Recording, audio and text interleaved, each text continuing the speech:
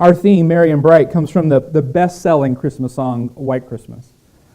And there are several reasons that it might be the best-selling Christmas songs. One of it is it's very easy. It's a very simple song. Most Christmas songs are hard and they're difficult to sing. White Christmas has very few words. It's very simple. But another reason might be that the time that White Christmas came out was just 2 weeks after the attack on Pearl Harbor. And it was a very moving time in our nation. Bing Crosby, when he would go over after World War II had gotten started just a couple of years later, he would go over and he would perform USO shows for the troops to encourage them at Christmas time. And he would not include White Christmas in the act because it's such a nostalgic song and he didn't want to leave all of the troops sad. He said, I didn't travel all this way to depress our troops.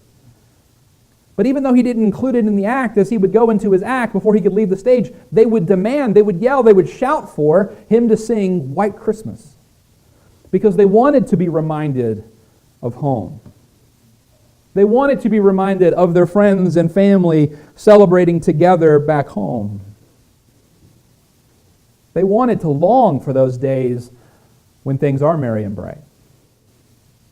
And it may be that today you are finding yourself far from those that you love. You might find yourself in your own personal war as those troops did.